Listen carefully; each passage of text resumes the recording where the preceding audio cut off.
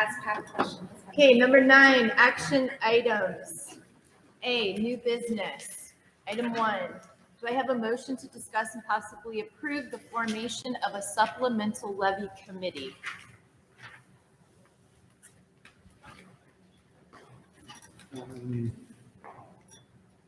Madam Chair, I move that we discuss and then possibly approve the formation of a supplemental committee. Do I have a second?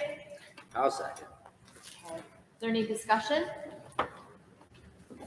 I think, Madam Chair, what we need to understand is that with levies, I think it was 8 or 10 years ago, the Idaho legislature, when they taxed our houses, property tax, all that money was pooled and then distributed amongst the schools. Unfortunately, the legislature at the time wanted to say that they reduced taxes.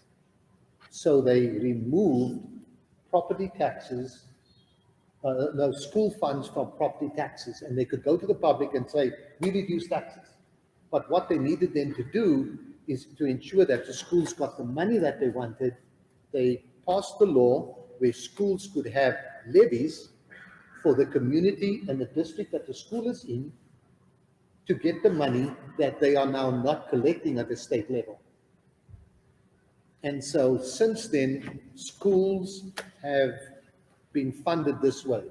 Your property taxes were reduced on the state level, but now we have to go to the public in our district and say, hey, you know that money that you saved over there? We now have to get it back from you, but in order to get it, we have to pass a levy every so many years that the levy runs out. And that's the new way that we get school funding. So we all have to thank the Idaho legislature of 8 to 10 years ago. That is why this levy is in place. So, I mean, that's how we get funded. So that's why it's in place.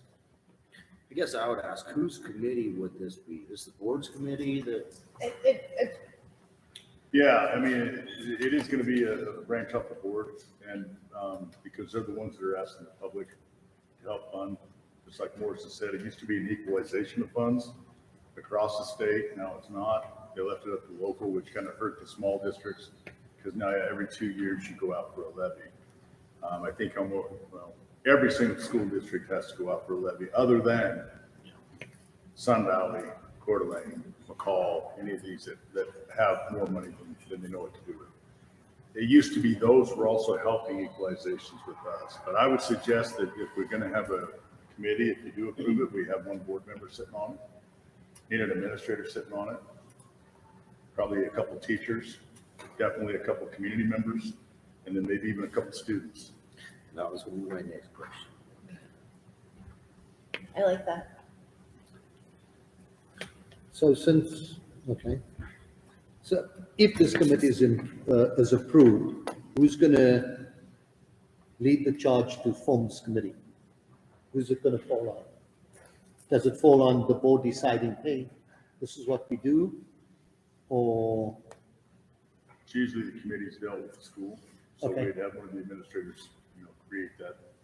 Steve and I and Michelle can get together Okay. and ask people if they would like to serve on it. And then make sure that they're directed towards what we need to do. We need to make sure we get the tax base what we have, how much it's going to increase, or if it is even going to increase on a $200,000 home.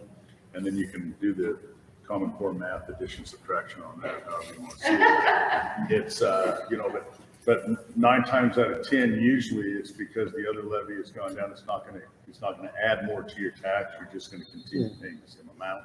So because the previous levy that we passed is going to expire. Correct. And we're going to have a new levy that continues from there. Right. Most times it doesn't affect your taxes. It'd be like a seamless. So, And it's my intention that we don't take out as much as we have in the past. I'm going to try to look and see what we can. But there are some issues in the school that we need to look at. Heating and cooling systems. They're 20 years old. We got different situations around the school that we need to look at because The minute if you don't pass a levy, then we'll run out of money. It could be one issue only and we'd be done. So not doom and gloom, but it can be done. Then I guess what would the goal of the committee be? What's what is the purpose? What is their message they're putting out? I think the overall would be to come up with the facts and figures of depleting or depreciated equipment that need to be replaced. And you want to do it before it happens rather than after. And then get those costs set up. We need to make sure that everybody's on the same page on that. Get it out to the public, several meetings with the public to show what we're going to spend the money on and how that's going to be done. And then you go for a vote. Yeah, I guess that's where I was trying to get at. Is this committee is just information Correct. Absolutely. to everybody. It still has to be voted in front of the community, and the community can say yea or nay on it. It's just things, if it's nay, it's, then we got to cinch our belts up tight. And if we lose heating and cooling in one part of the school, it might not get done until the following year, depending if we can get it in the budget. So Isn't it a few years ago, the levy did not pass and we had to combine classes because we lost teachers? correct. I remember that. Yeah.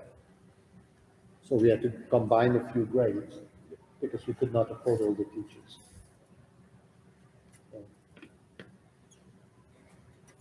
Okay? Okay, any other discussion? Okay. So the motion was discussed. Do I have a motion to possibly approve the formation of the supplemental levy committee? Madam Chair, I move that we approve the formation of a supplemental levy committee. Do I have a second? I'll second. Okay, all in favor? Aye.